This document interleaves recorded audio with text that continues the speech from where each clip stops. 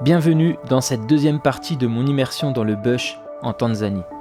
Dans la première partie, nous avons découvert le quotidien des Hadzabe, appris à faire du feu, à comprendre les bases de leur mode de vie.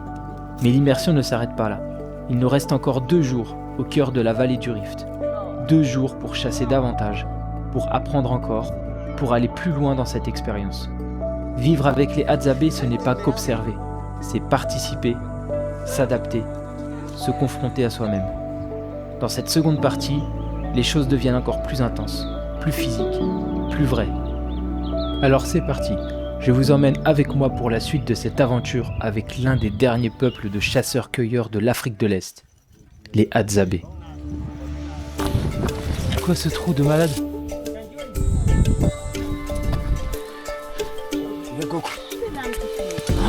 Oh mec, elle a transpercé le bout de bois.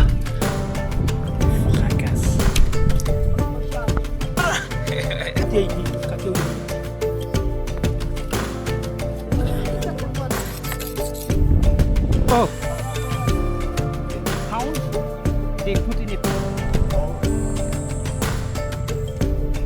Mourir de faim.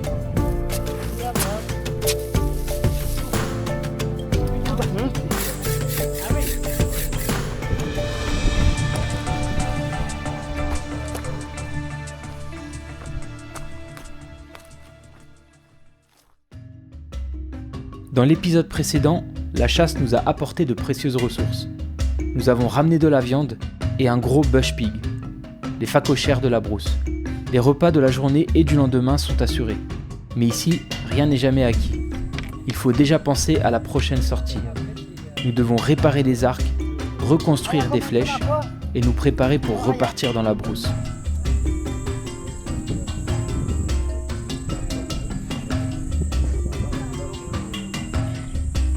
Pierre-Yves et moi, on a un arc avec de la suspente de parapente. Regardez. C'est ultra solide. Donc ça, c'est le mien. Ça, c'est le mien. Et ça, c'est celui de Pierre-Yves qui va certainement péter parce que trop de puissance. Et voilà. Et du coup, je sais pas, c'est quoi comme bois ça, Denis ? Ce bois-là, c'est quoi ? Congolo. Le congolo est un bois souple, résistant, parfaitement adapté à la chasse dans la brousse. Ici, chaque arc est taillé à la main. Simple en apparence, mais redoutablement efficace.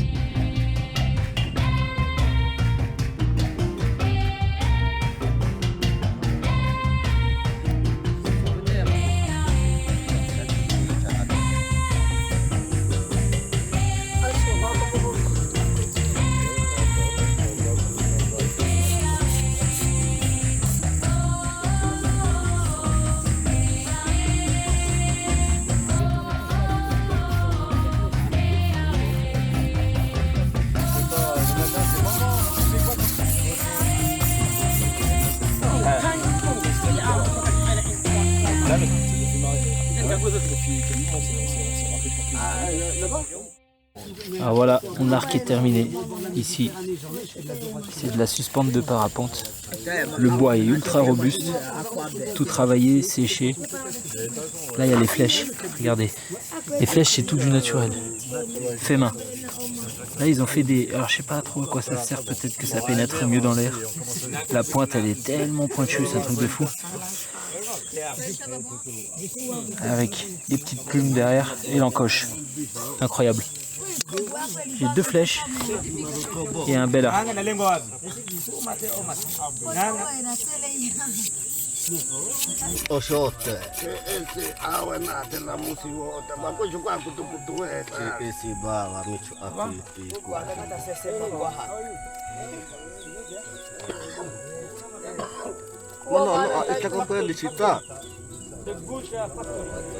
Comme je vous le disais, les Hadzabe organisent leur quotidien autour d'une activité principale, la chasse. Et pour être un bon chasseur, cela passe aussi par l'entraînement. Tirer à l'arc, on pourrait croire que c'est simple, mais en réalité, ça ne l'est pas. Il faut être précis, rapide, et avec la fatigue et le stress, les tirs deviennent moins sûrs et moins justes. Alors on s'entraîne, encore et encore. Et c'est exactement ce que nous faisons avec eux.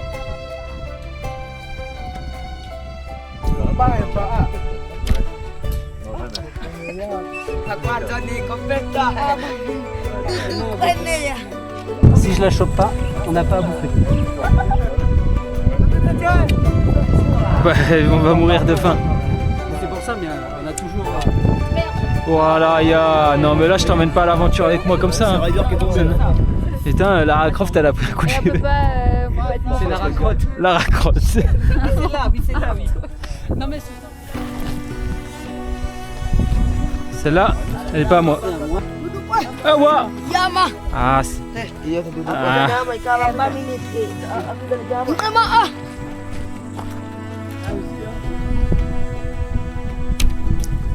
oh. Wow.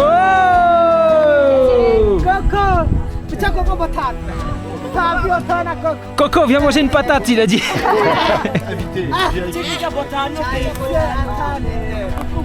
Après, il faut tirer en 1 seconde. Tu bandes, tu bloques, tu vises, tu lâches. Bah, comme les mecs quoi. Ça leur va bien, le tir à l'arc. là. Non, mais. À côté. Ah, bah, non. Tu bandes, tu bloques. Les images qui vont suivre montrent la chasse telle qu'elle est vécue ici. Ça peut être sensible pour certains. Je préfère les montrer pour rester fidèle avec cette immersion. Si vous voulez pas les voir, je vous conseille d'avancer directement à la minute 10.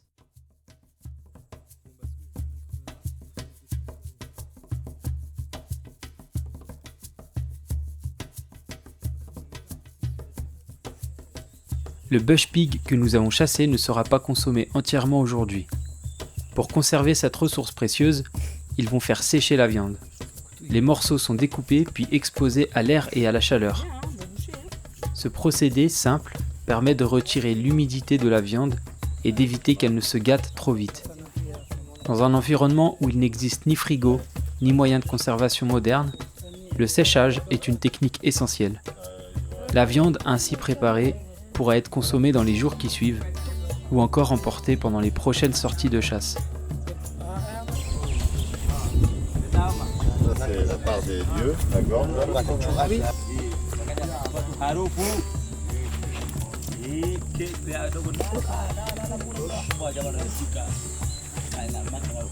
Il y a le foie.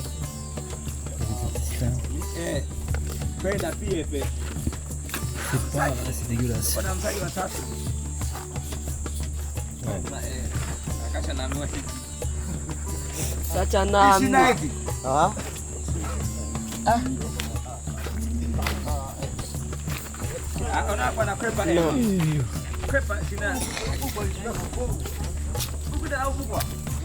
Il y a le foie là.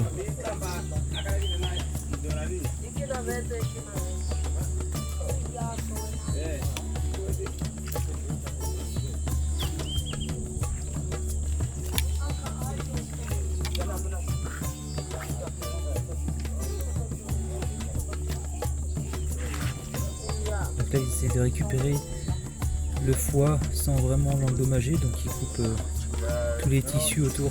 Ça doit être du tissu un peu comme nous en fait, du tissu conjonctif là, qui entoure les muscles, les organes. Et ça se mange. Les intestins là-bas, je sais pas ce qu'ils en font, mais je crois qu'ils le bouffent aussi. Regardez le cœur.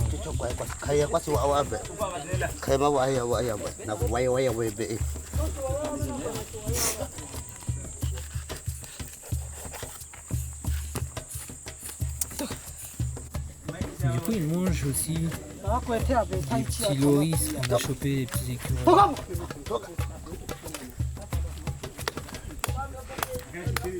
Là, il faut chauffer le foie. Les pigeons. Voilà, c'est tout plein de bouffe. Bon, voilà, ils collectent ce qu'ils ont besoin.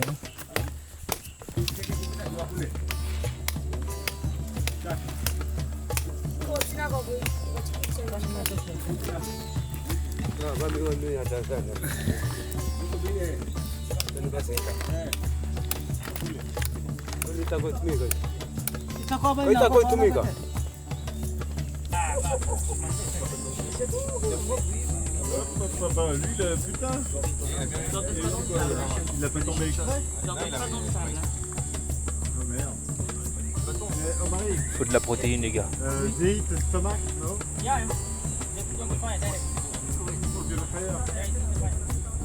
En vrai, c'est bon, mais.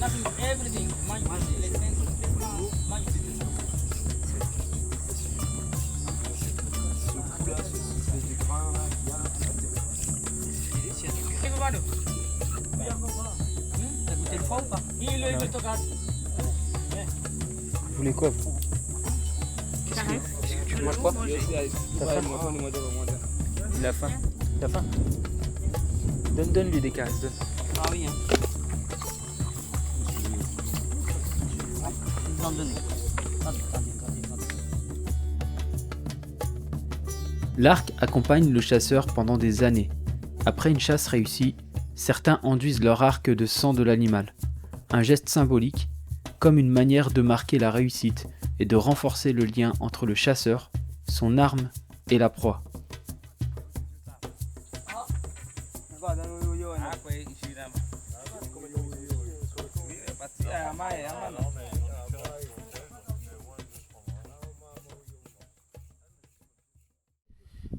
Aujourd'hui, on a fait des arcs. Demain matin, on dort. Et après, par contre, l'après-midi, on va essayer d'aller chasser le babouin. Ça va être le feu. On va marcher quelques heures, je pense. Et puis ensuite, on va bivouaquer en pleine nature. Donc avec le strict minimum. Je sais pas comment on va faire. On va dormir à l'arrache par terre. Et beaucoup d'eau parce qu'on va marcher en plein cagnard, il va faire super chaud. Et ensuite le lendemain à la pleine lune, on se lève, je crois qu'il disait aux alentours de minuit, et on va essayer d'aller chasser le babouin. Ça va être une tuerie. Il va y avoir de l'action, ça va être trop bien. Mais en attendant, dodo, parce que là, il commence à faire fatigue. La journée d'aujourd'hui a été hardcore. Donc bonne nuit, allez.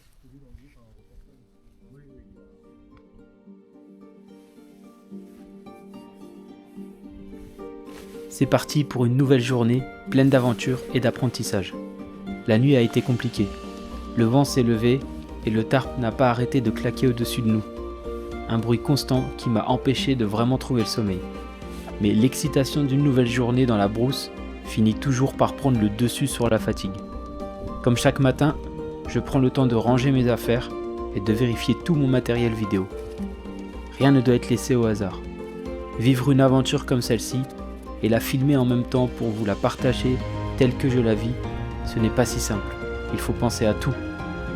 Une fois prêt, il est temps d'entamer cette nouvelle journée aux côtés des Hadzabe.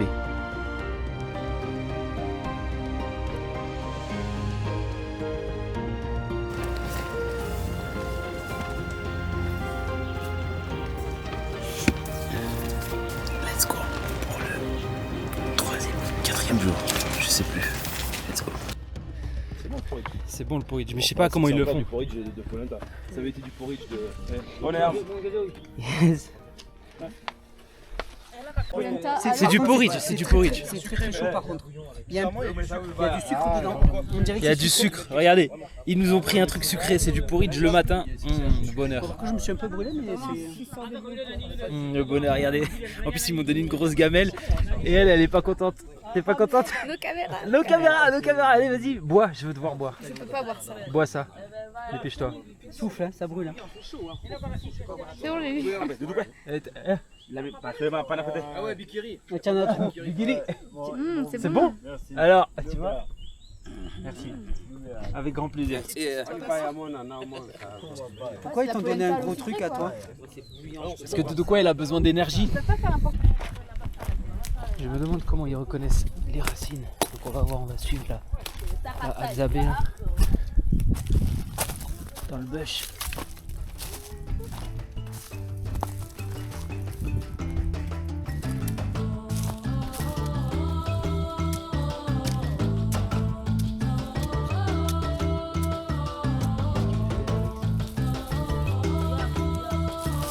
Dans la communauté, les rôles sont généralement bien répartis.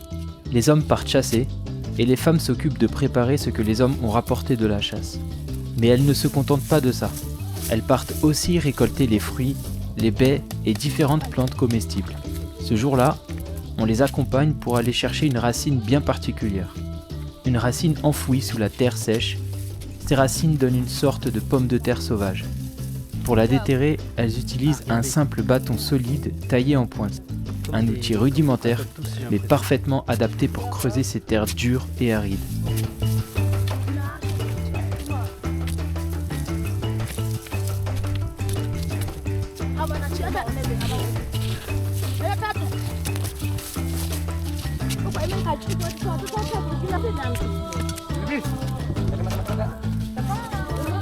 Voilà, elle a fait 2 minutes, elle est déjà cuisée.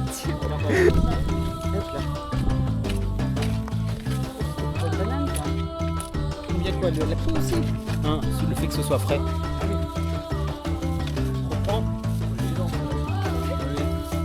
Aya. Ici, il n'y en a pas une, et là-haut, il y en a.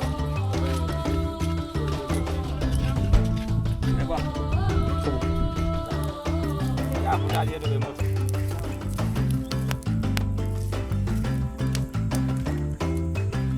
Après, nous on fait ça, on met le feu à la forêt. On est des abrutis. Ah, ils ont mis le feu à la forêt. Ils ont mis le feu à la forêt. Because this was just a fact and glorified the world. The Jahannam is Moi j'aime bien apprendre. Comment on va faire à choper les patates? Lui, Moi j'aime bien un cuisson d'apprendre, ça va. very strong. Million C'est pas times. sec autour en plus. Hein. Il dit qu'en gros l'enfer c'est beaucoup plus fort que ça. If you put the stone until go It down, melt. it melts. Si tu poses un caillou dans le feu, ça fond. C'est de la lave quoi, c'est 1 million de fois. Now, God say protect Non, l'enfer. yourself, your friend and your children against the Jahannam. Very, very bad place. C'est pas un tapis de tout. C'est du poison, celle-là, Adrien, je crois. Eh regardez, ça c'est des plantes qu'ils utilisent pour faire le poison pour les flèches. Pas toucher s'il vous plaît. Ouais, faut pas toucher. Ça s'appelle la rose du désert. Ça c'est la plante qui s'appelle la rose du désert. Ils utilisent ces racines là. You see the hole? They take the inner part, they remove, Ok. they pound, they put in a piece of cloth like this inside, then they filter the liquid. After they put inside the pot on the fire, they boil. The water become vapor, the residue, the remain will be solid and black, but it's full poison. When the animal is shoot with that poisonous, when the poison contaminates with the blood, it's going fast throughout the body and it changes the system of blood. The blood will clot and will become heavy like a porridge. Then the heart will fail to pump. Animal will eventually collapse and die within 10 minutes and more. Depend the speed. If an animal run fast, the circulation of blood will be faster, will die quickly. If walk slowly, up to half an hour, will die. This So is very, so very they dangerous. use this part of the flower, right? They use inside. You inside. see the hole. Oh. Here they already take the poison. They take this part. Okay. They dig, they grill through, they remove. Because we saw that part used. Tata hichi mnatumia hii mnachemsha hii makatakata all together and this I cut in small pieces. There is a two ways. You can cut in small pieces, you put in the fire, you boil Until it yeah. or you trouve the inner part, you filter the liquid. Okay. You boil the liquid. So Okay. there is two ways. La rose du désert. On part en expédition. Je sais pas où. On va aller dormir dehors ce soir et puis ensuite on va aller chasser le baboun. Et donc du coup il nous faut 2 bouteilles d'eau chacun et on va marcher dans le plein cagnard. Ça va être la galère. Moi je pars toujours avec mon arc, mes flèches. Et let's go, c'est parti.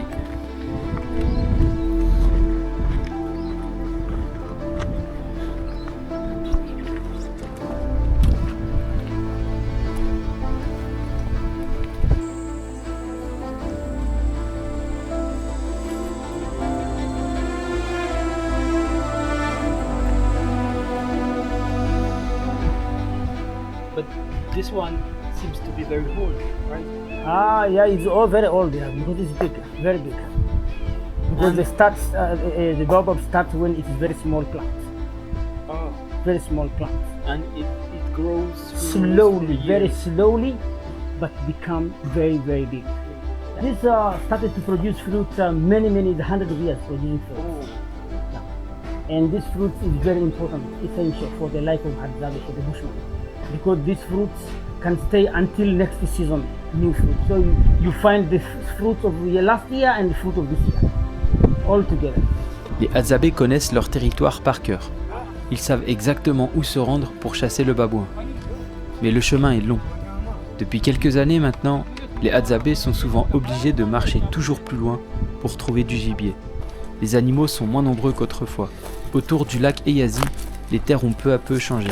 L'agriculture s'est développée, les troupeaux sont devenus plus nombreux et les espaces sauvages se sont réduits. Pour ces chasseurs-cueilleurs, cela signifie une chose: marcher davantage, chercher plus longtemps et parfois rentrer les mains vides.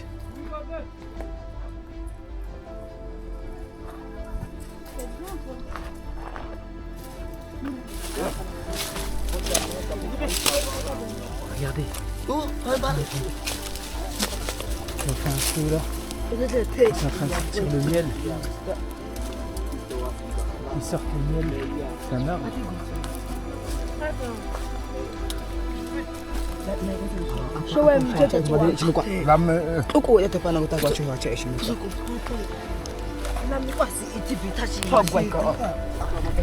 Regardez ça.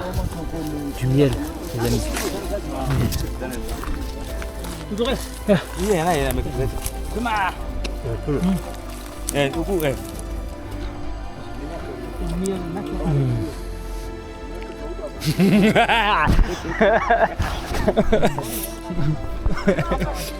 Dale zamane. Nah, tuta. Dale bicara. Mangi.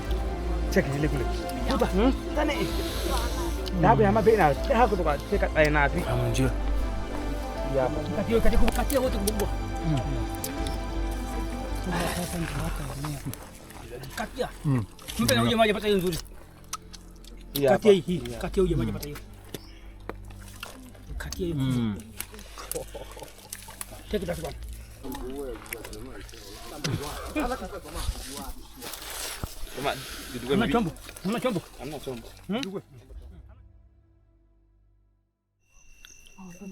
Regardez là-bas, le feu. Incroyable. Bon, alors voilà le topo. On est parti ce soir chasser le baboune, ils appellent ça, les babouins. L'idée c'était de partir l'après-midi en plein cagnard. Et en fait, on devait donc du coup faire silence à mort et essayer de tendre une embuscade aux babouins en haut de la falaise. Pendant que une autre équipe de Hadzabe passait par le bas pour essayer de tout simplement de shooter le babouin, quoi, tout simplement à l'arc. Et c'est un gros échec. En gros, on est parti là où il fallait pas et les babouins ils se sont échappés. En gros, ils se sont échappés, quoi. Tout simplement, on ne les a pas vus et puis on les a entendus partir, mais on les a pas vus. Donc gros échec. Et en plus de ça, on pensait aller dormir sur place cette nuit, à la belle étoile, sans le vent, etc. Et finalement, les Hadzabe ils nous ont dit on repart. Du coup, on est reparti. On a mis 50 minutes pour retourner au camp, dans le noir complet, avec la frontale cette fois. Donc ouais, assez galère. Et du coup, là, on est arrivé dans le camp. Moi, j'en pouvais plus. Ça fait 5 jours que je me lave pas. Je suis parti me prendre une petite bouteille d'eau, me rincer un petit peu, changer tous les sous-vêtements, les trucs comme ça, parce que c'est trop. Et là, on va partir sur un dodo. Je sais même pas quelle heure il est. Il est 1h06 du mat. Donc allez, c'est parti. Moi, je vais aller me coucher. J'en peux plus. Je suis fracasse. Allez, bonne nuit. Pour cette 5e journée, nous repartons une nouvelle fois à la chasse, dès le matin. Petit à petit, je commence à me sentir plus à l'aise sur ce terrain vaste et semé d'embûches. Je prends mes marques et je tente même de tirer quelques flèches pour apporter ma contribution à la chasse. Mais la chaleur reste la chose la plus difficile à gérer ici. C'est aussi pour cette raison que les sorties de chasse se font très tôt le matin. Petite chasse ce matin avec les guerriers.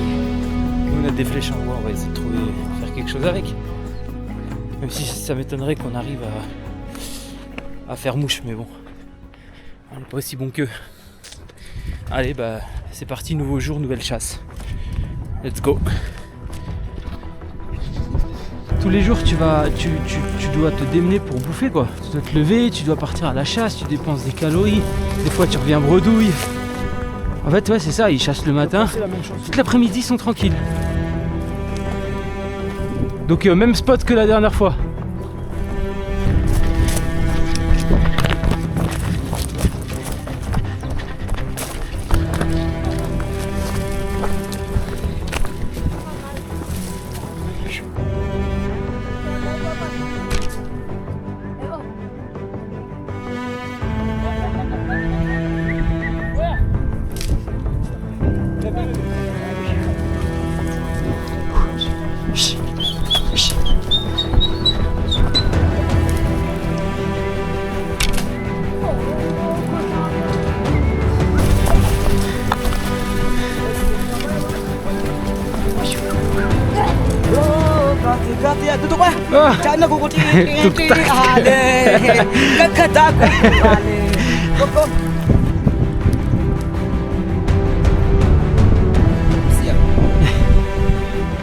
Il lui a mordu la nuque pour le tuer.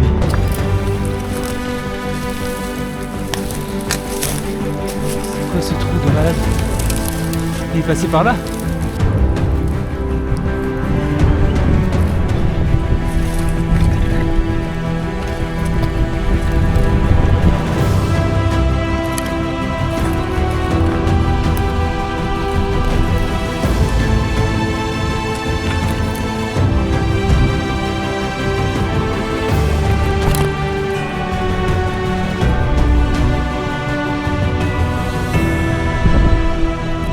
Je l'ai vu tout à l'heure.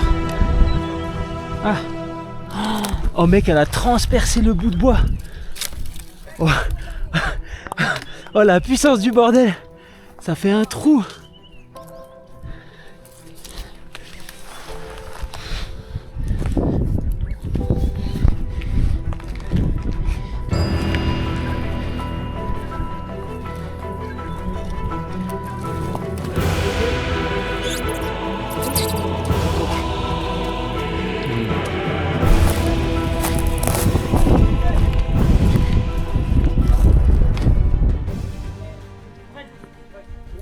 Where's your arrow? You get it? Okay, good. Good hand. If you lose the arrow, you are nothing. I'm not good. It's a big shame. T'as une flèche du Luquet? On est deux face. Non, je vais les retrouver, je sais pas où elles sont.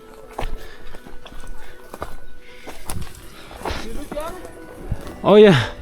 It was which direction? I looked. I shoot like this. And maybe like this. Over there. Yeah, let's go there. Maybe on the trees.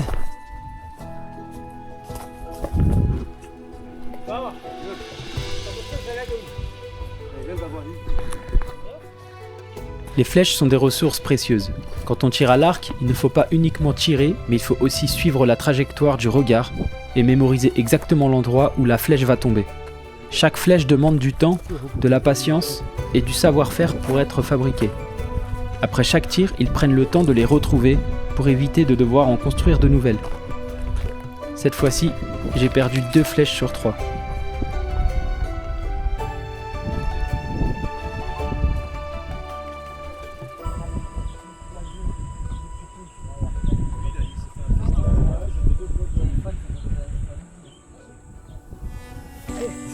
Dans ces moments d'échange, je prends conscience à quel point la vie peut être belle quand elle est simple. Prendre le temps de partager, d'échanger nos connaissances, de sourire ensemble, simplement vivre. Ce sont ces moments-là qui me rendent profondément heureux. C'est à travers l'autre que j'apprends. Et ici, avec les Hadzabe, les mots ne sont pas toujours nécessaires. Les gestes parlent d'eux-mêmes. Et ils ont souvent bien plus de poids que la parole. Je crois que je ne me suis jamais senti aussi à ma place qu'ici. Les liens qui se créent sont forts, sincères et profondément humains.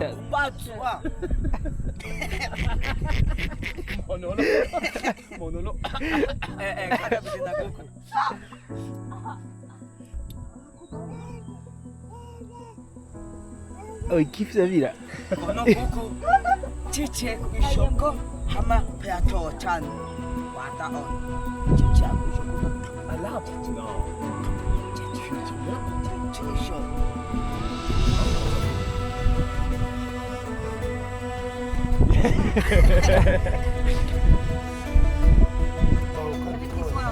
You say it seems that you get twin because you didn't go to the job every time with a woman morning, afternoon, evening. That's why you get a twin.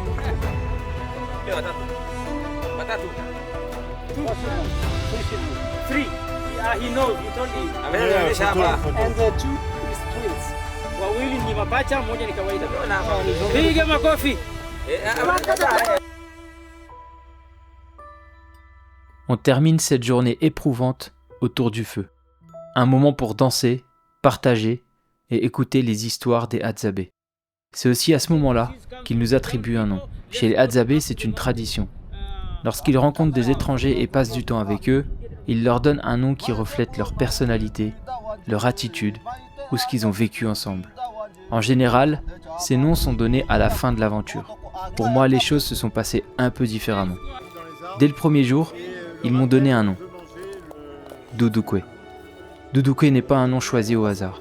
C'est le nom d'une personne qui existe réellement chez les Hadzabe. Un homme très connu, respecté, quelqu'un d'imposant, fort physiquement et reconnu pour ses qualités de chasseur.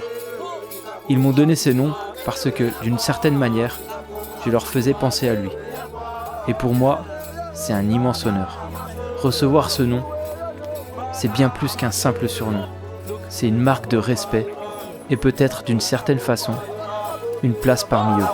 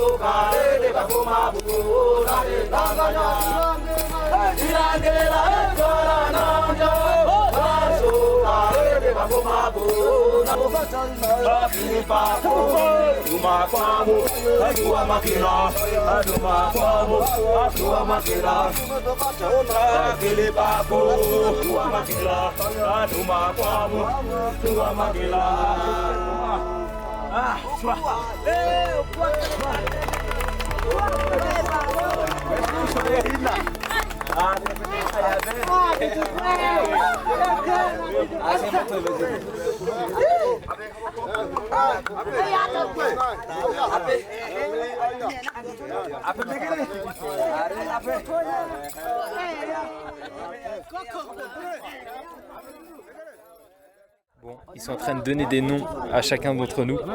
C'est assez rigolo, je vais vous montrer. Regardez, on a dansé autour du feu et là ils sont en train de nous donner des noms.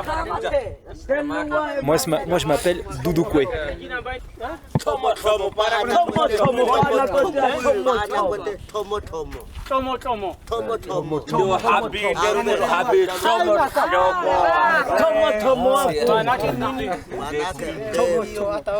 A man with a lot of beard. Tomo. Shumu. Shumu, ça dit va bien Shumu. Shumu is a racine like potato sauvage. That of yesterday. Shumu. Oui, il est racine, oui. Tu t'appelles comment toi? Shumu. Pas choubou, soubou. Embelepe. Is a certain kind of fruit, which is the fruit found in the dry season. The fruit found in the dry season called nini? Huini embele. Embele, the dry fruit I showed you yesterday. You saw it? Orange? Yeah, it's a hard. Orange? I give everybody here, you remember? Bah, tu rappelles. Embele. And you is a red fruit that we find close to Le wasabi là. to the water. D'accord, merci. Undushi. Oui, Embele, c'est toi qui nous as- undushi. Embele. Tomo. Waouh. Embele, C'est quoi ton nom toi? Chawaite. Toi? Palango. Comment? Palango. Palongo. Toi c'est quoi ton nom? Ponga. Ponga. Ponga, Palango,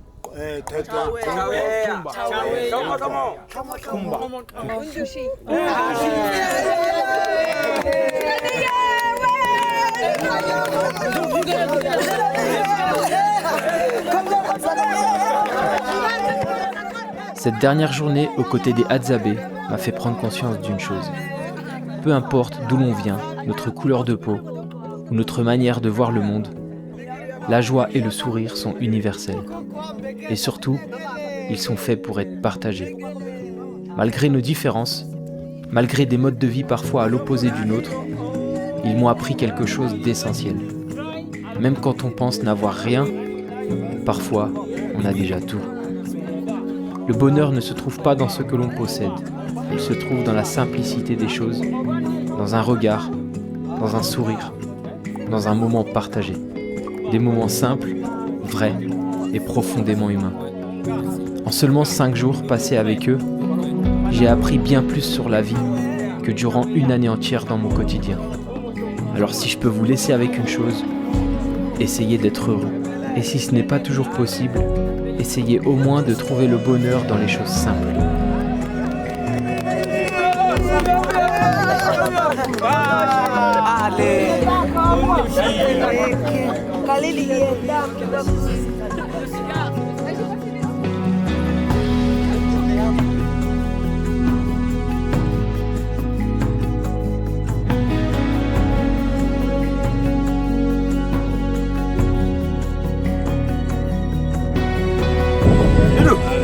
Arif dulu. Non, non, jangan.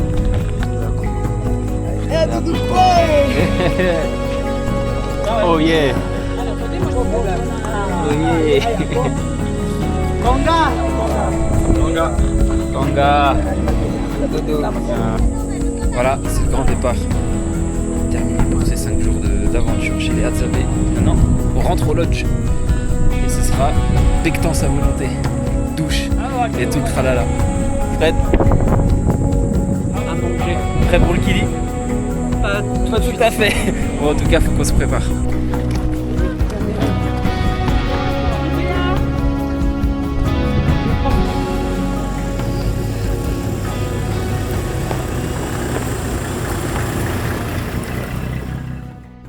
Vous n'avez pas trouvé les serpents là?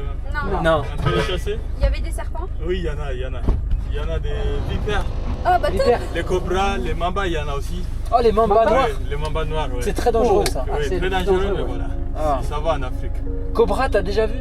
Oui, c'est bon. Cobra, vipère, c'est quoi le plus dangereux? C'est mamba noir? Les mambas noirs, c'est plus dangereux. Les cobras, c'est pas souci. Les cobras, ils mordent quand même, mais il Ouais. n'y a pas de venin, si? Il y en a? Il y en a? Oui, il y en Un petit a. peu. Il y en a, mais ils n'attaquent pas souvent. Ah, ils ont C'est peur. juste quand tu les déranges, mais si tu arrives, ça va. Mais moi j'en ai vu. C'est quoi le- c'est quoi le- vu un de mamba noir. Hein. Bah, le Harry, mien. Harry, il est allé faire pipi. Il a sorti sa mamba noire. Ah, À toutes. C'est ça les aventures les gars. C'est la déconnade et les conneries. On adore ça. Souviens-toi le cri du babouin dans le rive, c'était en pleine nuit. C'était impressionnant. Personne l'a fait.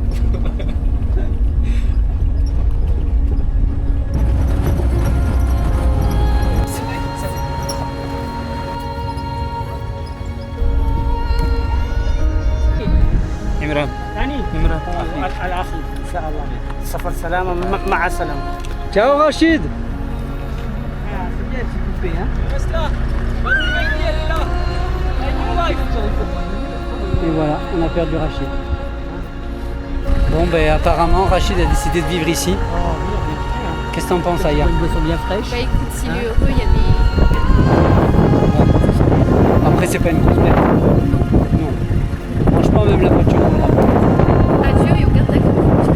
Merci à toi Rachid.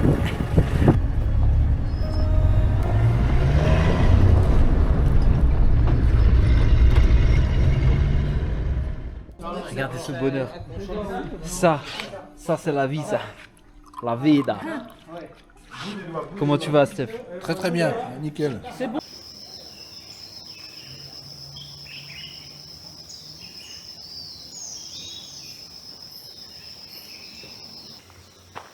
L'aventure est finie. Les Hadzabe, c'est vraiment une tribu magnifique. On a passé 5 jours extraordinaires dans leur biotope. On les appelle exactement les Bushman, dans le bush. Et c'était pas une mince affaire, c'était pas facile tous les jours. Il fallait chasser pour se nourrir, il fallait se lever tôt, chercher du bois pour manger, aller chercher de l'eau à la source. Donc c'était vraiment extraordinaire, une aventure vraiment hors du commun. Et ça m'a changé, vraiment ça m'a changé parce que quand tu sais que tu as l'eau courante à la maison, tu as juste à appuyer sur un robinet et l'eau potable coule. Alors que là-bas, ils boivent pas beaucoup, ils ont juste la source, pas beaucoup de pluie dans l'année. C'est là où tu te dis, c'est un peuple quand même incroyable. Ils se sont adaptés à leur milieu et ils sont tellement accueillants. Ils nous ont montré des techniques artisanales, comment ils font leurs flèches, leurs arcs, comment ils construisent du poison. Magnifique, extraordinaire. Et pour tout vous dire, cette vie-là, elle est magnifique. Ils n'ont rien à nous envier, ils n'ont pas de taxes à payer, ils n'ont pas de problème. Ils chassent, ils mangent, ils boivent et ils se reposent. Et c'est la vie. Ils vivent, vraiment, ils vivent. Sans stress, sans rien. Magnifique.